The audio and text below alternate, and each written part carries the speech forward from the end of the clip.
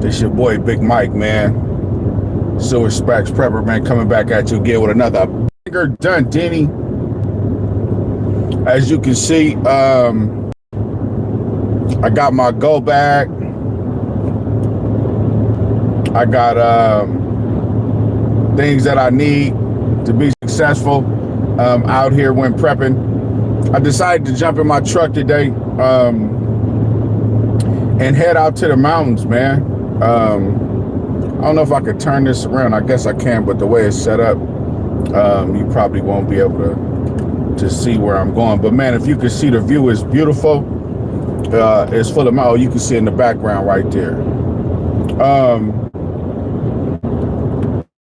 Treed location, treed areas. Just a beautiful, beautiful day, man. After making that video this morning, which I stay ready. You stay ready, you ain't got to get ready. So as you can see, I keep the go bag. One of my go bags right here. Everybody know my son always be with me. He got one too. My other family members, you know, they not really into it, man. They don't really care about a go bag. They the type of people, and I'm not speaking about a specific cluster of families, but just your families too. You know, a lot of people, they think when after something's happened is when they need to be prepared, and they just have these thoughts. They don't really do nothing about it, right? A lot of people say, oh man, you know, you're right, the way you thinking is right, but they don't really do nothing about it. And that's the sad part. You know, it's a shame that that's how people are. You know, they wait till something happens and then it's too late. It's too late for you to all of a sudden then be prepared. All of a sudden for you to then be ready. That's the opposite of being a prepper, right? You're a reactor.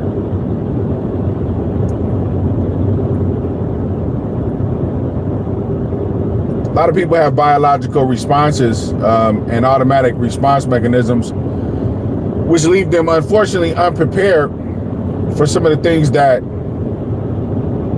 may take place. So I exercise about 3-4 times a week, 2 times a week on the minimal side. But I go to the mountains every week, bring my go bag, kind of get up in there, find me little spots, little places I might like, little places that appear to be places that other people really haven't found. But right now, I'm just going up to this area. It's you know, it's called Mosquito Lake. I put the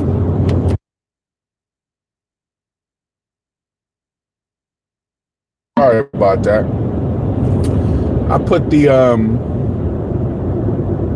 location up there just because, I mean, it would probably be one of my last resorts. But I mean, the area is so big, wherever I drop the location, that wouldn't be the exact location where I would be. I mean, you know, obviously, you don't put your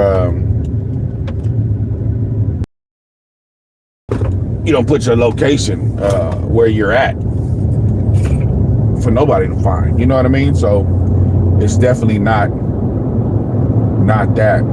But yeah, if you could see where this is, man, this is beautiful, man. This is beautiful. So as of now, I'm just kind of headed out to the mountains, man.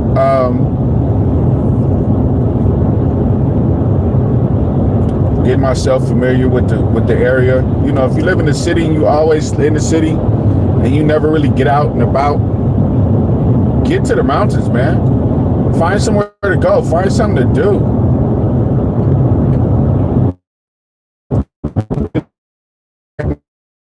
You know, the attractions that are just stacked for financial. You know, silver's cool to stack for that. What you gonna do when things really start to break down? Since I'm live and me going into the mountains, I probably will lose the signal, but I'm gonna just let it go until the signal's lost. Yeah, I'm gonna just let it go till the signal's lost. But like I say, if you know you're in the city and you stacking silver, Your retirement is the breakdown of society for you, where you can't really work no more. You get decrepit, you get old, you really can't make it happen no more and provide for yourself. So a lot of us are stacking silver for stuff like that, for reasons and purposes like that. But when it comes to a biological response, when it comes to a structural response or financial collapse, or like that flood the monsoon that they just had in Afghanistan or Pakistan or wherever it was at yesterday, you know, what you gonna do, man? Do you even know somewhere to go? Do you know where high ground is? A lot of people don't even know what high ground looks like, you know? So get out and about, explore your state, explore explore the area, you know, find out, take your go bag like you see I got mine, and make sure that it's ready. If you got canned goods or something like that, and then make sure that you're rotating them, because if you don't, I mean, they'll go bad. I mean, they probably won't go bad for 5 or 10 years or something like that, but at the same time, you know your surroundings, man. Get out them apartments. Move out in the country. Move somewhere where, you know, you got access to jump in a little blow-up boat and jump in the river if you need to get away quick from something, right? Get in the river. Learn how to navigate the river, the water, that type of thing, right? You see where I'm at? These people out here is ready.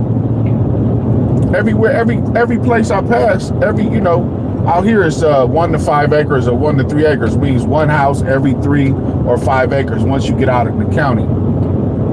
I see boats and RVs in almost every, watch this dad pass, watch, he just do this big old fifth wheel right here. Boom, fifth wheel just passed. Watch, here go another one right here, fifth wheel. Going by, watch, look. Boom. These people is ready. What are y'all doing though? And I'm not speaking to, anybody specifically. I'm just saying, what are you doing to be ready, man? This ain't just a Silver Stack channel. This is a prepper channel. And I promise you I'm finna start making more videos. I've just been getting some things, taking care of some things, getting some things in order. Everybody know I bought an RV. I took some gold, bought a used RV, stayed in that for about a year. Well, not about a year, about 7 months. That was cool. And then I recently just bought a brand new off the floor RV. And so now I'm living in a travel trailer RV. So now I'm living in that, on some land. I'm renting a spot on some land, on somebody else's property. They call it house hacking. $650 a month, right?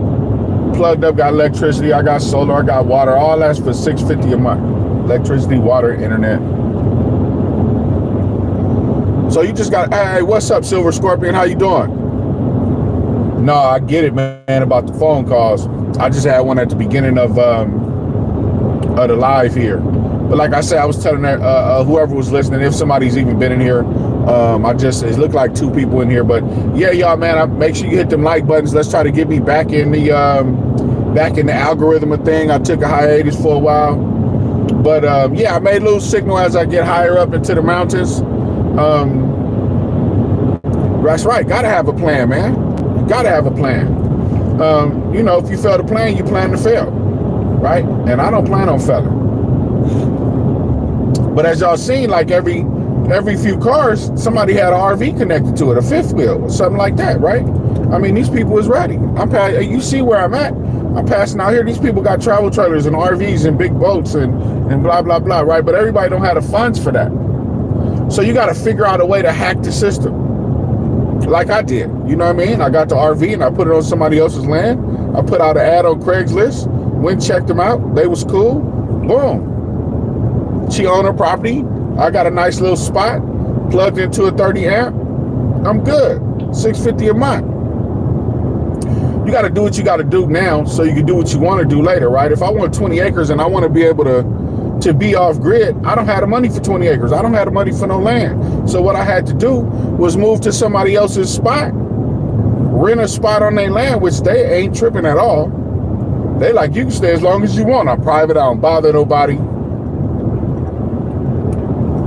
And then hopefully, you save up or stack you some silver, keep your silver stacked. And for me, I got options at stacking my stuff throughout the state or putting it inside of the local coin shops. Yeah, campers work too. Campers work too. You just got to be ready, man. just got to be ready. You know, your biological response mechanisms got to be on point. And that's like the fight or flight, right? If something happens, shocks you, scares you, you get scared. If you're a runner, you're going to run. If you're a fighter, you're going to figure out a way to attack back or to defend. You know what I mean? Like, but if something happens naturally, most people just going to run. They're not even ready. They don't have nothing to be ready at all. You got to be ready, man.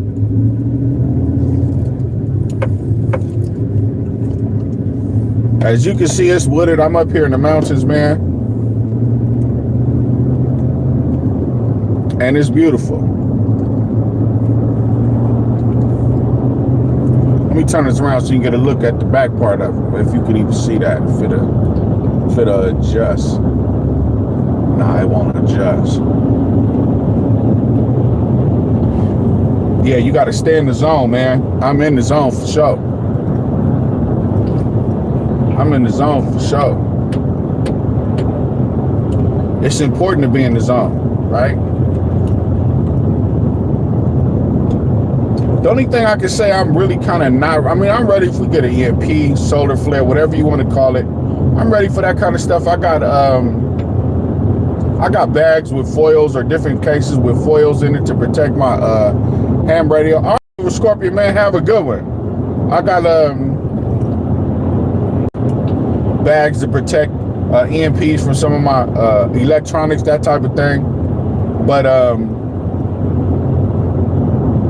the only thing I think I'm really not ready for is a flood. I mean, last time, you know, we just had the flood, had to have the National Guard out here to help people in Sumas, Washington. We had a flood, major snowstorm, that type of thing. People snowed in and flooded in and all that type of stuff. But